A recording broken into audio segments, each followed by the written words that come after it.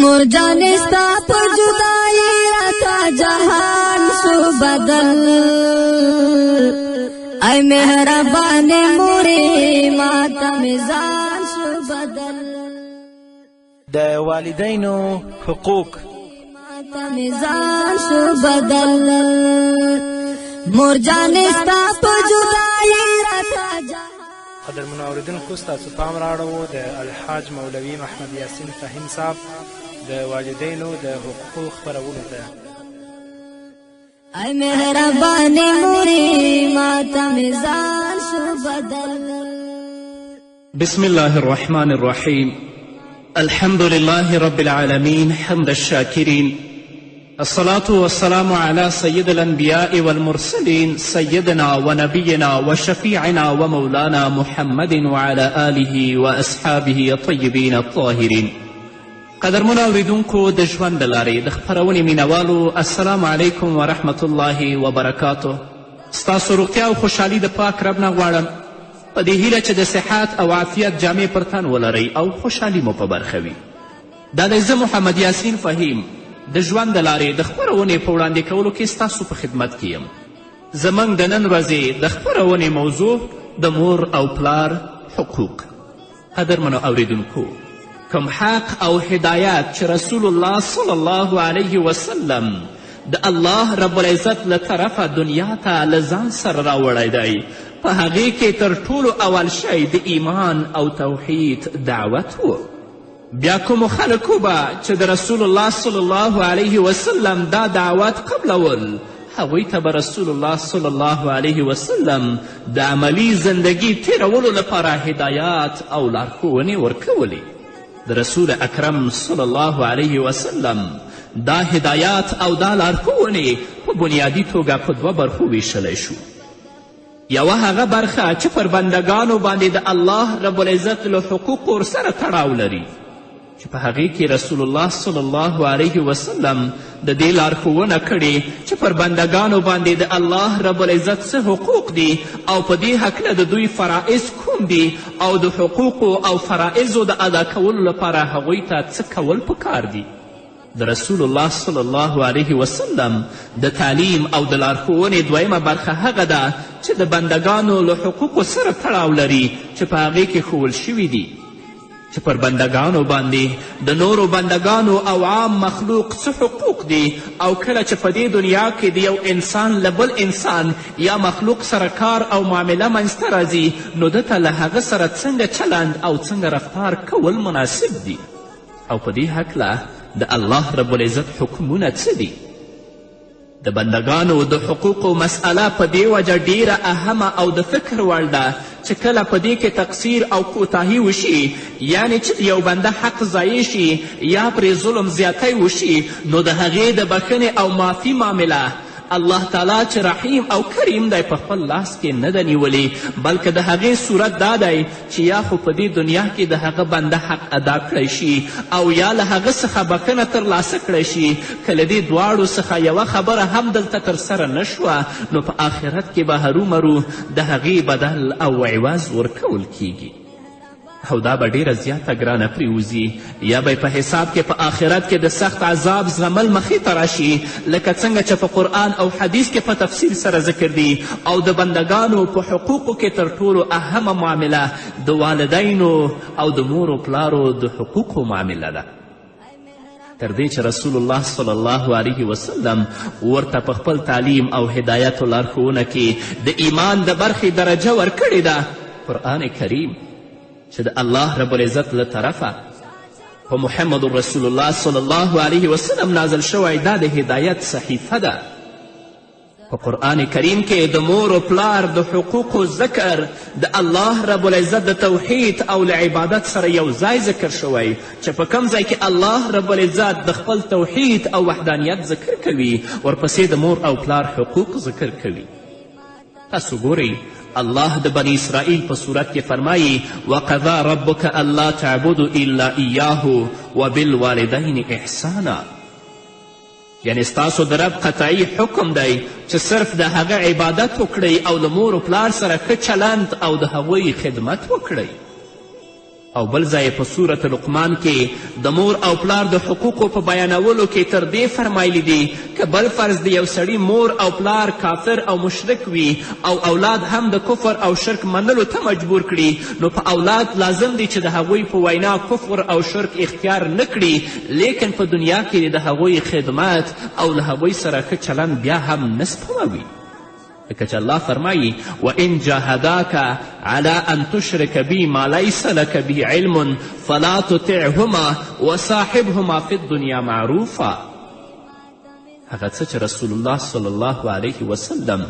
د مور و پلار د حقوقو او د هغوی په باب د اولاد د فرائضو په اړه فرمایلی دي هغه په اصل کې د قرآن مجید د همدې آیتونو تشریح او تفسیر دی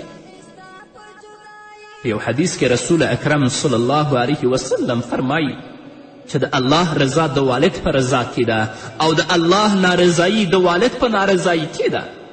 له دې نه معلومه شوه چې څوک غواړي خپل مالک او مولا راضي کړي خپل پروردګار راضي کړي هغه د خپل مور و پلار راضي او خوښ وساتي د الله رب العزت د رضا د ترلاسه کولو لپاره د مور و پلار رضا غوښتل شرط دی او د مور و پلار د نارضاتیا نتیجه د الله رب العزت نارضاتیا ده لهذا څوک چې خپل مور و پلار ناراضه کړي هغه به د الله له رضا څخه بې برخې پاتې شي په دې حدیث کې خو د والد لفظ راغلی او په نورو حدیثونو کې د مور مرتبه تر پلار زیاته ښوول شوې ده چې په راتلونکو خپرونو کې به انشاءالله تاسې واورئ د مور و پلار د خدمت او فرمانبرداري برکتونه الله تعالی په دې دنیا کې هم ورکوي له حضرت جابر رضی الله تعالی عنه څخه روایت دی چې رسول الله وفرمیل الله تعالی د مور و پلار د خدمت فرمانبرداري او ښه چلند په وجه د انسان عمر ورزیاتوي همدارنګه د مور و پلار نافرماني او مور و پلار ته تکلیف ورکول رسول الله صلی الله علیه وسلم سخته او لویه ګناه معرفي کړې ده کله چې د رسول الله صلی الله علیه وسلم نه د کبیره ګناهونو په اړه پوښتنه کیږي چې هغه کوم یوې دي نو رسول الله ورته فرمایي له الله تعالی سره شریک نیول د مور و پلار نافرمانی کول هغوی ته تکلیف ورکول د یو بنده ناحقه وجل او په دروغو شاهدي ورکول د مور و پلار چې کومې نیکیانې دي او هغوی چې د خپل اولاد په پالنه کې کوم تکلیفونه او سختي زغملی دي هغه معلومې او ښکاره دي که له دې سره سره یو بدبخته انسان د هغوی حقوق نه ادا کوي او خپل مور و پلار ته تکلیف ورکوي هغه په حقیقت کې د ایمان له حقیقي دولت څخه محروم دی په اوسنۍ زمانه کې چې غربي تهذیب او تمدن د ژوندانه نظام ټوک ټوک کړی زموږ ژوند یې تباه کړی دی او د اسلامي قدرونو پایمال کول روان دي نن د مور و پلار د حقوقو د ضایع کولو حتی هغوی ته د تکلیف رسولو داسې دردونکې پیښې هره ورځ مخې ته راځي او موږ په خپلو غوږونو اورو چې په اورېدلو سره د بدن ویښتان زیږیږي او په انسان باندې د الله رب العزت د عذاب ویره پرېوځي الله رب العزت دې موږ ته توفیق راکړي چې په خپل ژوند کې ډیر په مینه او ډیر په اخلاص سره د خپل مور و پلار خدمت وکړو چې الله رب العزت موږ ته د دنیا عزت هم راکړي او د آخرت عزت هم الله فرمایي وقضا ربک الا تعبدوا الا ایاه وبالوالدین احسانا اما یبلغن عندك الکبر احدهما او کلاهما فلا تقل لهما اف ولا تنهرهما وقل لهما قولا كريما واخفض لهما جناح الذل من الرحمة وقل رب ارحمهما كما ربياني صغيرا ربكم أعلم بما في نفوسكم إن تكونوا الصالحين فإنه كان للأوابين غفورا او ستا رب حکم کړی دی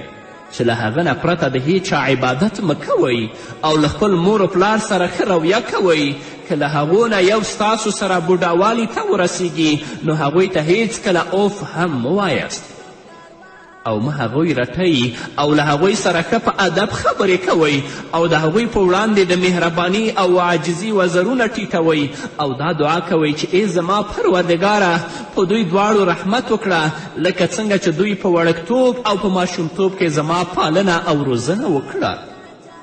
او یوازې په دې ظاهري عاجزي او درناوي بسنه مه کوه، په زړه کې د هغوی د ادب او اطاعت نیت ساته، ځکه چې ستاسو رب ستاسو له زړونو څخه ښه خبر دی. که تاسو نیکان واست نو هغه د توبو کوونکو خطاګانې ورمعاف کوي او الله رب العزت به ستاسو ګناهونه معاف کوي.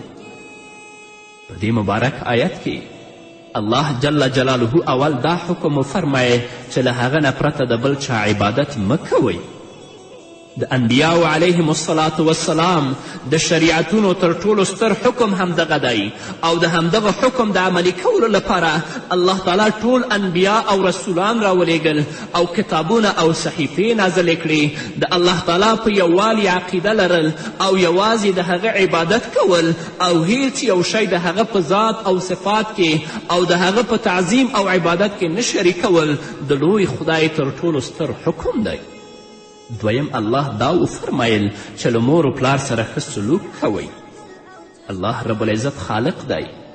هغه ټولو ته وجود بخښلی دی. د هغه عبادت او شکر ویستل په هر حالت کې لازم او فرض دي، خو له دې امله چې هغه انسانانو ته د وجود بخښلو ذریعه د هغوی مور و پلار ګرځولی دي او مور و پلار د اولاد په پالنه کې ډیر زیات تکلیف او زحمت تیروي. ځکه نو الله تعالی د خپل عبادت له حکم سره یو ځای له مور و پلار سره د احسان کولو حکم هم وفرمایل چې په قرآن مجید کې ځای په ځای ذکر دي. وقضا ربک الله تعبدوا الا ایاه وبالوالدین احسانا.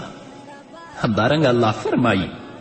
وَإِذْ أَخَذْنَا مِيثَاقَ بَنِي إِسْرَائِيلَ لَا تَعْبُدُونَ إِلَّا اللَّهَ وَبِالْوَالِدَيْنِ إِحْسَانًا.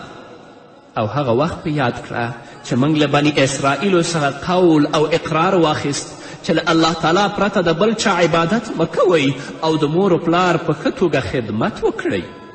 همدارنګه الله په سورة نساء کې فرمایي واعبدوا الله ولا تشركوا به شيئا وبالوالدين احسانا. او تاسو د الله تعالی عبادت اختیار کړئ او له هغه سره څه شی مه شریکوئ او له مور و پلار سره ښه چلند او ښه اخلاق کوئ. همدارنګه الله رب العزت په سورة انعام کې فرمایي قل تعالوا اتلو ما حرم ربکم علیکم الا تشرکوا به شیئا وبالوالدین احسانا. تاسو فرمایي چې راشئ زه تاسو ته هغه شیان ولولم چې ستاسو رب پر تاسو حرام کړي دي. هغه دا دي چې له الله تعالی سره څه شی شریک مه ګرځوئ او له مور و پلار سره احسان کوئ. نو په هر ځای کې الله رب العزت د خپل عبادت نه وروسته د مور و پلار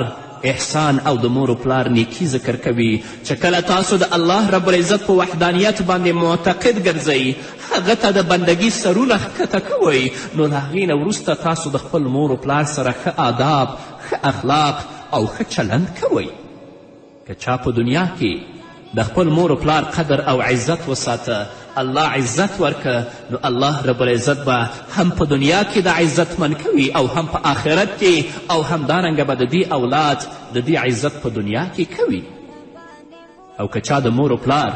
د اوامرو نه او د هغو د ویناو نه سرغړونه وکړه مور و پلار ته تکلیف ورکړه داسې انسان به په دنیا کې هم ذلیلوي په آخرت کې به هم ذلیلوي. څنګه رویه او چلند چې دې خپل مور و پلار سره کړی همدارنګه رویه او چلند به د دې اولاد دې پلار سره کوي. الله رب العزت دې موږ ته توفیق راکړي چې په ډیره مینه سره ډیر په اخلاص سره د خپل مور و پلار خدمت وکړو ځکه عزت د دنیا او د آخرت په همدې کې دی. په همدې هکله به نورو قدرمن اورېدونکو خو هغه د یوې دمې نه وروسته مور جانې ستا په جدایي راته جهان شو بدل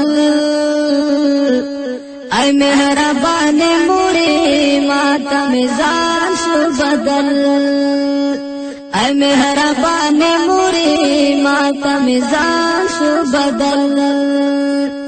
مور جانې ستا په جدایي راته جهان شو بدل ای مهربانې مورې ماته مې ځان شو بدل. قدرمن اورېدونکو بیا هم زموږ سلامونه او نیکې هیلې ومنئ. په تیر شوي آیت کې الله رب العزت له مور و پلار سره د ښه چلند حکم وکړ او ورسره یې د هغوی د درناوي او عزت کولو په هکله څو نصیحتونه وفرمایل. اول کله چې مور و پلار دواړه یا په دواړو کې یو بوډا شي نو هغوی ته تاسو اوف هم ووایئ الله ویلې چې فلا تقل لهما اف. مقصد دا دی چې هیڅ داسې خبره دوی ته په مخ کې له خولې مه وباسئ چې په هغې سره د هغوی په درناوي او عزت کې نقصان راځي یا په هغې سره د هغوی زړونو ته تکلیف رسیږي. نو داسې کلمه هیڅ کله د خپل مور و پلار په مخه کې مه وایئ. الله رب العزت د اف کلمه د مثال په توګه ویلي. حضرت حسن رحمه الله فرمایي که د الله په علم کې مور و پلار ته د تکلیف رسولو کومه بله کلمه د اوف تر کلمې ښکته وی نو الله تعالی به هغه هم ضرور حرامه ګرځولی وی. د مور و پلار تعظیم او د هغو تکریم او د هغوی فرمانبرداري د تل لپاره واجب ده، که بوډا وي او که ځوان، لکه څنګه چې د آیتونو او حدیثونو له عموم څخه څرګندیږي. لیکن د بوډاوالي یادونه یې په خاصه توګه ځکه وکړه چې دې عمر ته په رسېدلو سره د مور و پلار بدني طاقتونه کمزوري کیږي او هغوی ته ناروغۍ پیښیږي او د هغوی د ځایګي پاکوالي او صفایي د اولاد په غاړه ولیږي. د خیرونو او ناپاکو جامو وینځل مخې ته راځي چې په طبیعت باندې بوج راوړي او د زړه په تنګېدلو سره له ژبې څخه کاږه الفاظ راوځي. په دې وخت کې له صبر او زغم څخه کار اخیستل او د مور و پلار زړه خوښ ساتل او له تکلیف ورکوونکې معمولي خبرو څخه هم ځان ساتل ډیر لوی سعادت دی، خو په دې کې ډیر خلک ناکامیږي. الله رب العزت دې موږ کامیاب لري چې د خپل مور و پلار عزت وکړو لکه څنګه چې مور و پلار زموږ عزت کړی دی. حضرت مجاهد رحمه الله فرمایي کله چې ته د مور او پلار له جامو او بدن څخه پلیتي او ګندګي پاکوي نو په دې وخت کې اوف هم مه وایه، لکه څنګه چې هغوی کله چې ته ماشوم وې ستا د جامو نه او ستا د بدن نه پلیتي او ګندګي لرې کولې او هغوی اوف هم نه ویل. د اوف ویلو له ممانعت څخه وروسته دا وفرمیل چې هغوی مه رټه. رټل تر اوف ویلو هم ډیر بد دی. کله چې اوف ویل منع دی نو رټل روا کیدی شي، خو بیا یې هم د واضح او ښکاره بیانولو لپاره په خاصه توګه له رټلو څخه په ښکاره او صریحو الفاظو کې ممانعت وفرمایه. نو الله ویلې چې ولا تنهرهما.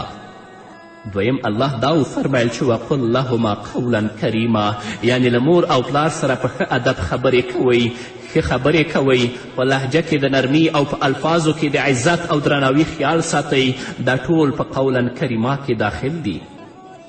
حضرت زهیر بن محمد رحمه الله د قولا کریما په تفسیر کې فرمایلی اذا دعواک فقل لبیکما وسعدیکما، یعنی کله چې مور و پلار تاسو وغواړي نو تاسو ووایئ چې حاضر یم او د امر سرته رسولو ته تیار یم. حضرت قتاده رحمه الله د قولا کریما په تفسیر کې فرمایي قولا لینا وسهلا، چې په نرمه لهجه او ښه طریقه ورسره خبرې کوي. حضرت سعید بن مسیب رحمه الله فرمایي چې په بیه اخیستل شوی خطاکار غلام چې بادار هم ډیر سختون مزاجه وي، په کم ډول چې دغه غلام د خپل بادار سره خبرې کوي، کله چې په همدغه ډول له مور و پلار سره خبرې وشي نو په قولا کریما باندې به بیا عمل وشي. دریم ارشاد الله په دې آیت کې دا وفرمایل واخفض لهما جناح الذل من الرحمه، یعنی د مور او پلار په مخ کې په ډیر شفقت او عاجزي سره ټیټ سر اوسېدل. د دې په تفسیر کې حضرت عروه رحمه الله فرمایي چې ته د هغوی په وړاندې داسې چلند اختیار کړه چې د هغوی د زړونو چې څه خواهش وي په هغې کې ستا له لورې کوم فرق رانشي. او حضرت عطا بن رباح رحمه الله د دې په تفسیر کې فرمایي چې له مور و پلار سره د خبرو اترو په مهال لاس ښکته او پورته مه کوه لکه څنګه چې له همزولو سره د خبرو کولو په وخت کې کیږي. او حضرت زهیر بن محمد رحمه الله د دې په تفسیر کې فرمایي چې کله مور و پلار تا ته شکنځلې وکړي او ردې بدې ووایي نو ته په ځواب کې دا ووایه چې الله تعالی دې پر تاسو رحم وکړي. د مور و پلار جواب مه وایه. څلورم نصیحت الله دا وفرمیل چې د مور و پلار لپاره همیشه دا دعا کوئ رب ارحمهما کما ربیاني صغیره، ای زما پروردګاره په دوی دواړو رحم وکړه لکه څنګه چې دوی د ماشومتوب په وخت کې زما پالنه او روزنه وکړه. خبره دا ده کله چې اولاد محتاج و بلکل ناپوهه او بې زوره و هغه وخت مور و پلار د هر ډول تکلیفونو، غمونو، پریشانیو او سختیو په زغملو سره د اولاد پالنه وکړه. اوس 50-60 کاله وروسته خبره برعکس شوه چې مور و پلار د خرڅ او خدمت محتاج دي او اولاد ګټونکی د رپو کور او کاروبار لرونکی دی. اولاد ته پکار دی چې د مور و پلار له خدمت نه ستومانه نشي او په هغوی باندې له مصرف کولو څخه زړه تنګ نه کړي. په خلاص زړه په مال او ځان سره د هغوی خدمت وکړي او خپل د ماشومتوب وخت رایاد کړي او کوم تکلیفونه چې مور و پلار په هغه وخت کې تیر کړي دي هغه خپلې مخې ته کیدي او د الله په دربار کې د عرض وکړي چې ای زما ربه په دوی ورحمیږه لکه څنګه چې دوی زه په ماشومتوب کې وپاللم او وروزلم. علامه ابن کثیر په خپل تفسیر کې لیکي چې یو سړي خپله مور په خپله شا بار کړې وه او طواف یې ورباندې کوه. هغه له رسول الله صلی الله علیه وسلم پوښتنه وکړه چې آیا ما په دغه ډول خدمت کولو سره د خپل مور حق ادا که؟ رسول الله ورته وفرمیل چې د یوې سا حق هم ادا نشو. د مور و پلار دومره حق دی. امام بخاری رحمه الله په ادب مفرد کې لیکي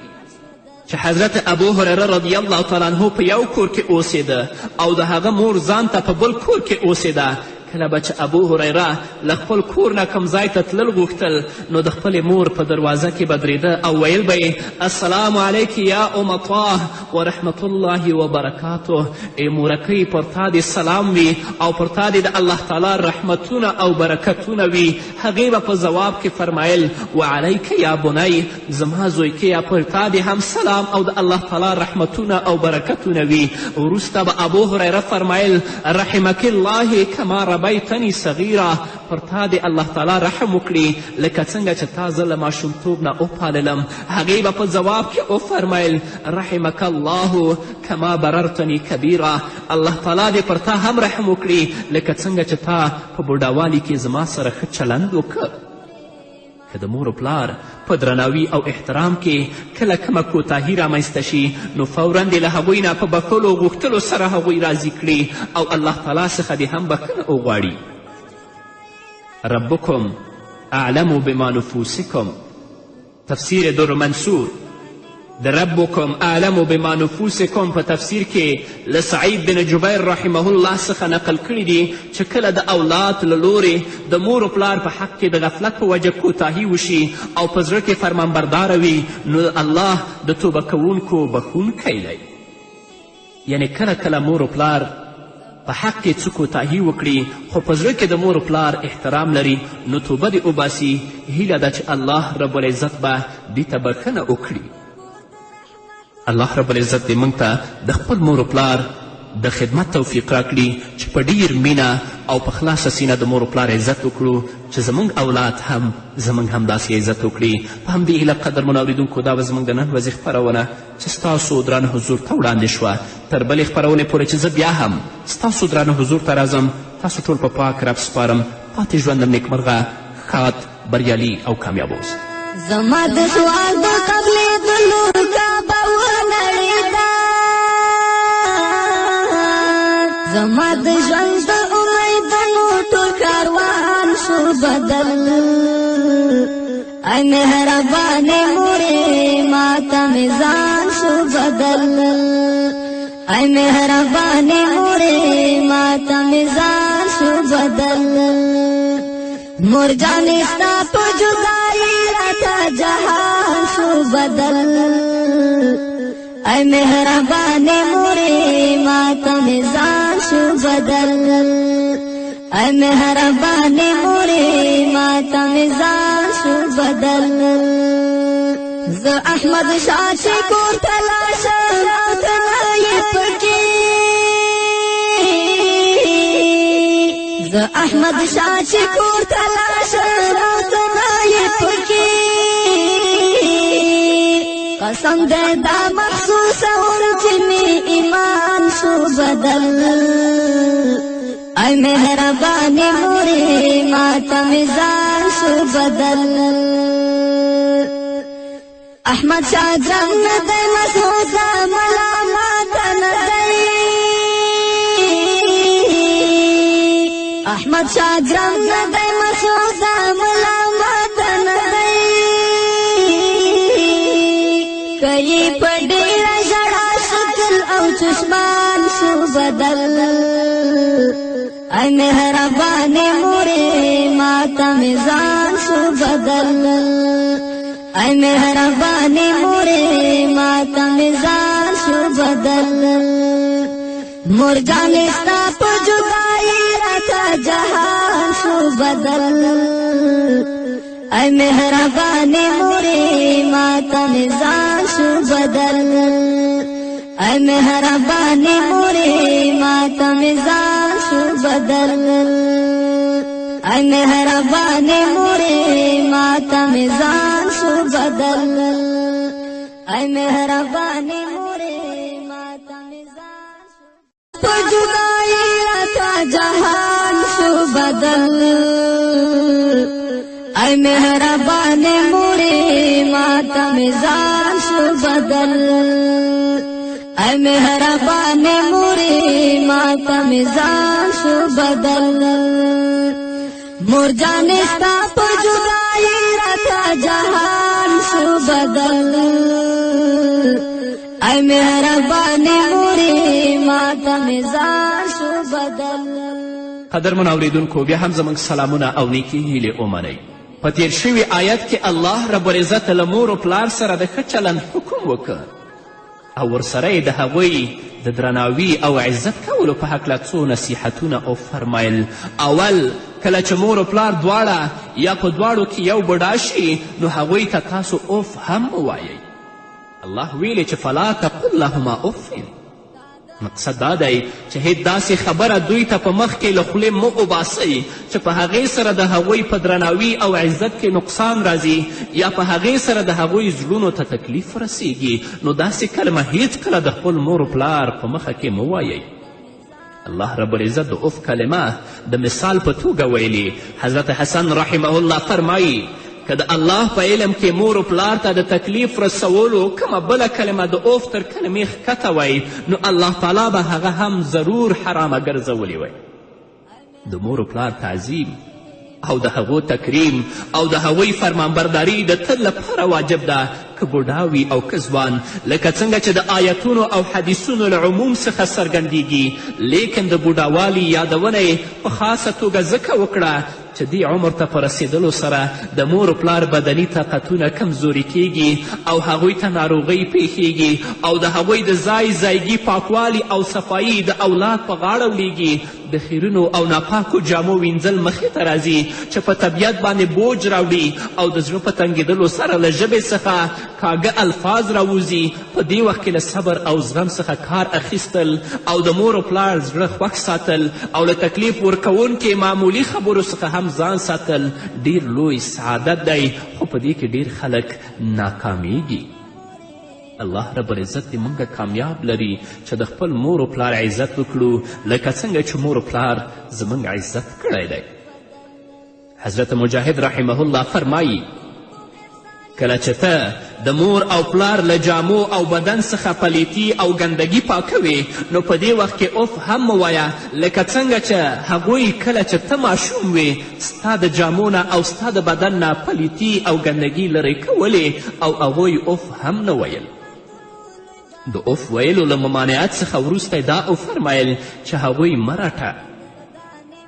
رټل تر اوف ویلو هم ډیر بد دی. کله چې اوف ویل منع دی نو رټل روا کیدی شي، خو بیا یې هم د واضح او ښکاره بیانولو لپاره په خاصه توګه له رټلو څخه په ښکاره او صریحو الفاظو کې ممانعت وفرمایه. نو الله ویلې چې ولا تنهرهما. دویم الله دا وفرمیل چې وقل لهما. حکم د عملي کولو لپاره الله تعالی ټول انبیا او رسولان راولیږل او کتابونه او صحیفې نازلې کړې. د الله تعالی په یووالي عقیده لرل او یوازې د هغه عبادت کول او هیڅ یو شی د هغه په ذات او صفات کې او د هغه په تعظیم او عبادت کې نه شریکول د لوی خدای تر ټولو ستر حکم دی. دویم الله دا وفرمیل چې له مور و پلار سره ښه سلوک کوئ. الله رب العزت خالق دی. هغه ټولو ته وجود بخښلی دی. د هغه عبادت او شکر ویستل په هر حالت کې لازم او فرض دي، خو له دې امله چې هغه انسانانو ته د وجود بخښلو ذریعه د هغوی مور و پلار ګرځولی دي، او مور و پلار د اولاد په پالنه کې ډیر زیات تکلیف او زحمت تیروي. ځکه نو الله تعالی د خپل عبادت له حکم سره یو ځای له مور و پلار سره د احسان کولو حکم هم وفرمیل چې په قرآن مجید کې ځای په ځای ذکر دي. وقضا ربک الله تعبدوا الا ایاه وبالوالدین احسانا. همدارنګه الله فرمایي وَإِذْ أَخَذْنَا مِيثَاقَ بَنِي إِسْرَائِيلَ لَا تَعْبُدُونَ إِلَّا اللَّهَ وَبِالْوَالِدَيْنِ إِحْسَانًا. او هغه وخت په یاد کړه چې موږ له بني اسرائیلو څخه قول او اقرار واخیست چې له الله تعالی پرته د بل چا عبادت مه کوئ او د مور و پلار په ښه توګه خدمت وکړئ. همدارنګه الله په سورة نساء کې فرمایي واعبدوا الله ولا تشركوا به شيئا وبالوالدين احسانا. او تاسو د الله تعالی عبادت اختیار کړئ او له هغه سره څه شی مه شریکوئ او له مور و پلار سره ښه چلند او ښه اخلاق کوئ. همدارنګه الله رب العزت په سورة انعام کې فرمایي قل تعالوا اتلو ما حرم ربکم علیکم الله تشرکو به شیئا وبالوالدین احسانا. تاسو فرمایي چې راشئ زه تاسو ته هغه شیان ولولم چې ستاسو رب پر تاسو حرام کړي دي. هغه دا دي چې له الله تعالی سره څه شی شریک مه ګرځوئ او له مور و پلار سره احسان کوئ. نو په هر ځای کې الله رب العزت د خپل عبادت نه وروسته د مور و پلار احسان او د مور و پلار نیکی ذکر کوي چې کله تاسو د الله رب العزت په وحدانیت باندې معتقد ګرځئ، هغه ته د بندګي سرونه ښکته کوئ، نو له هغې نه وروسته تاسو د خپل مور و پلار سره ښه آداب، ښه اخلاق او ښه چلند کوئ. که چا په دنیا کې د خپل مور و پلار قدر او عزت وساته، الله عزت ورکه، نو الله رب العزت به هم په دنیا کې د عزتمن کوي او هم په آخرت کې، او همدارنګه به د دې اولاد د دې عزت په دنیا کې کوي. او که چا د مور و پلار د اوامرو نه او د هغو د ویناو نه سرغړونه وکړه، مور و پلار ته تکلیف ورکړه، داسې انسان به په دنیا کې هم ذلیلوي، په آخرت کې به هم ذلیلوي. څنګه رویه او چلند چې دې خپل مور و پلار سره کړی، همدارنګه رویه او چلند به د دې اولاد دې پلار سره کوي. الله رب العزت دې موږ ته توفیق راکړي چې په ډیره مینه سره، ډیر په اخلاص سره د خپل مور و پلار خدمت وکړو، ځکه عزت د دنیا او د آخرت په همدې کې دی. په همدې هکله به نورو قدرمنو اوریدونکو خو هغه د یوې دمې نه وروسته سرداري او ښه چلند په وجه د انسان عمر ورزیاتوي. همدارنګه د مور و پلار نافرمانی او مور و پلار ته تکلیف ورکول رسول الله صلی الله علیه وسلم سخته او لویه ګناه معرفي کړې ده. کله چې د رسول الله صلی الله علیه وسلم نه د کبیره ګناهونو په اړه پوښتنه کیږي چې هغه کوم یوې دي، نو رسول الله ورته فرمایي له الله تعالی سره شریک نیول، د مور و پلار نافرمانی کول، هغوی ته تکلیف ورکول، د یو بنده ناحقه وجل او په دروغو شاهدي ورکول. د مور و پلار چې کومې نیکیانې دي او هغوی چې د خپل اولاد په پالنه کې کوم تکلیفونه او سختي زغملی دي، هغه معلومې او ښکاره دي. که له دې سره سره یو بدبخته انسان د هغوی حقوق نه ادا کوي او خپل مور و پلار ته تکلیف ورکوي، هغه په حقیقت کې د ایمان له حقیقي دولت څخه محروم دی. په اوسنۍ زمانه کې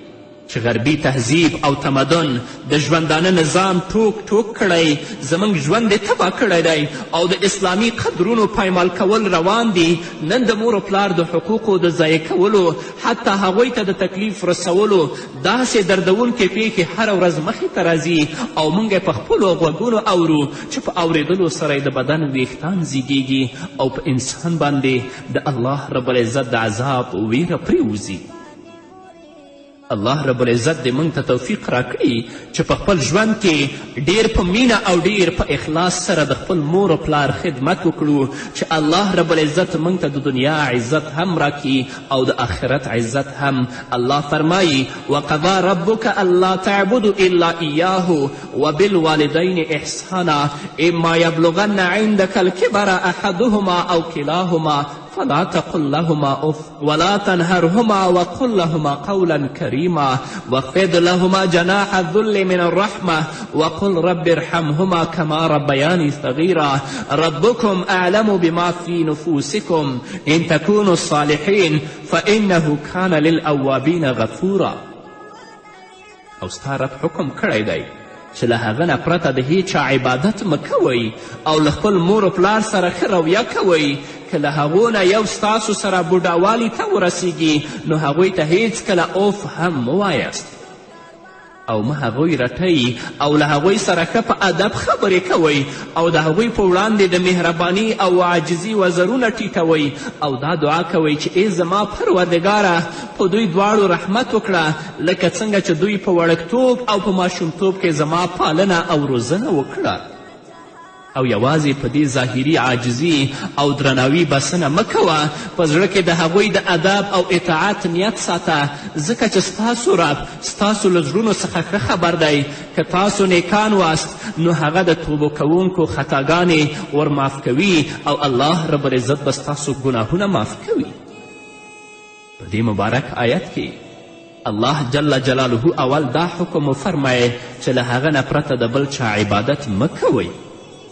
د انبیاو علیهم الصلاة والسلام د شریعتونو تر ټولو ستر حکم همدغه دی او د همدغه مور جانې ستا په جدایي راته جهان شو بدل، ای مهربانې مورې ماته مې ځان شو بدل. د والدینو حقوق ماته مې ځان شو بدل، مور جانې ستا په جدایي راته جهان. قدرمنو اوریدونکو ستاسو پام راړو د الحاج مولوي محمد یاسین فهیم صاحب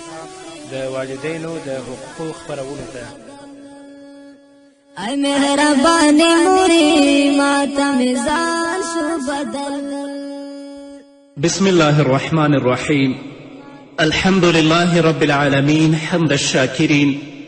الصلاة والسلام على سيد الأنبياء والمرسلين سيدنا ونبينا وشفيعنا ومولانا محمد وعلى آله وأصحابه الطيبين الطاهرين.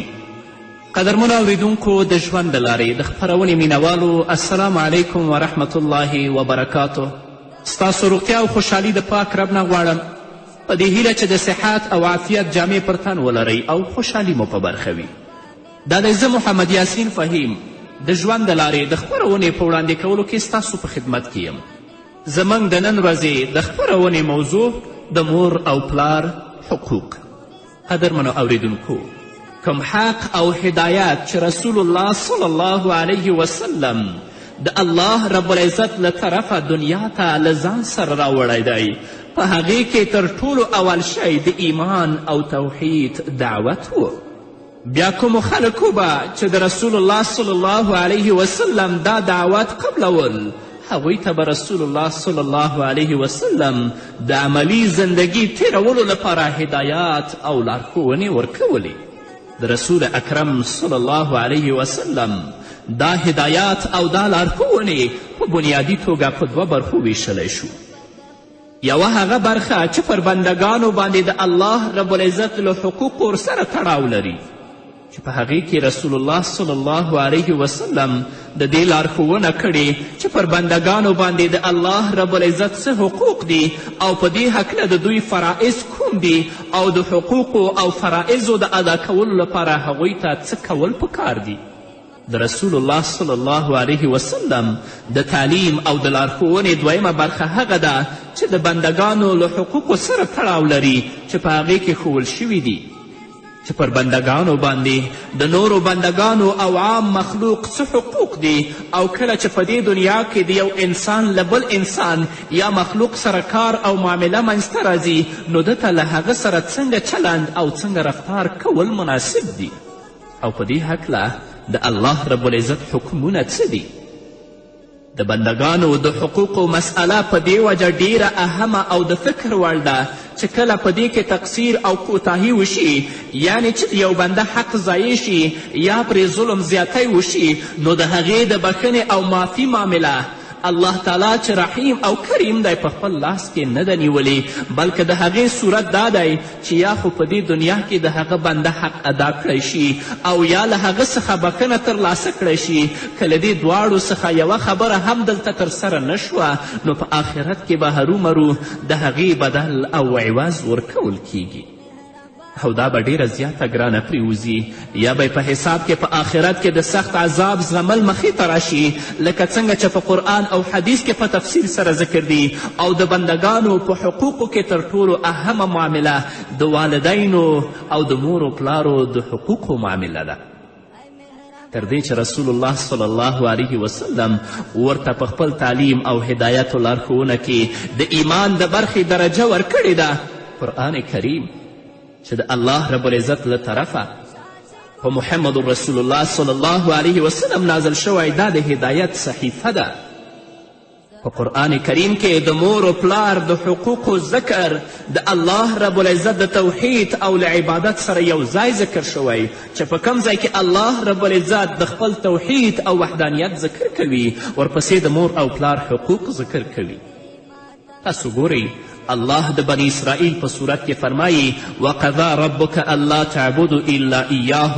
وبالوالدین احسانا، یعنی ستاسو د رب قطعی حکم دی چې صرف د هغه عبادت وکړئ او د مور و پلار سره ښه چلند او د هغوی خدمت وکړئ. او بل ځای په صورت لقمان کې د مور او پلار د حقوقو په بیانولو کې تر دې فرمایلی دي که بل فرض د یو سړي مور او پلار کافر او مشرک وي او اولاد هم د کفر او شرک منلو ته مجبور کړي نو په اولاد لازم دی چې د هغوی په وینا کفر او شرک اختیار نه کړي، لیکن په دنیا کې د هغوی خدمت او له هغوی سره ښه چلند بیا هم نه سپموي، لکه چې الله فرمایي وان جاهداک علی ان تشرک بی ما لیس لک به علم فلا تطعهما وصاحبهما فی الدنیا معروفا. هغه څه چې رسول الله صلی الله علیه وسلم د مور و پلار د حقوقو او د هغوی په باب د اولاد د فرائضو په اړه فرمایلی دي هغه په اصل کې د قرآن مجید د همدې آیتونو تشریح او تفسیر دی.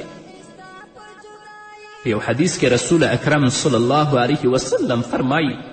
چې د الله رضا د والد په رضا کې ده او د الله نارضایي د والد په نارضایي کې ده. له دې نه معلومه شوه چې څوک غواړي خپل مالک او مولا راضي کړي، خپل پروردګار راضي کړي، هغه د خپل مور و پلار راضي او خوښ وساتي. د الله رب العزت د رضا د ترلاسه کولو لپاره د مور و پلار رضا غوښتل شرط دی او د مور و پلار د نارضاتیا نتیجه د الله رب العزت نارضاتیا ده. لهذا څوک چې خپل مور و پلار ناراضه کړي هغه به د الله له رضا څخه بې برخې پاتې شي. په دې حدیث کې خو د والد لفظ راغلی او په نورو حدیثونو کې د مور مرتبه تر پلار زیاته ښوول شوې ده چې په راتلونکو خپرونو کې به انشاءالله تاسې واورئ. د مور و پلار د خدمت او فرمانبرداري برکتونه الله تعالی په دې دنیا کې هم ورکوي. له حضرت جابر رضی الله تعالی عنه څخه روایت دی چې رسول الله وفرمیل الله تعالی د مور و پلار د خدمت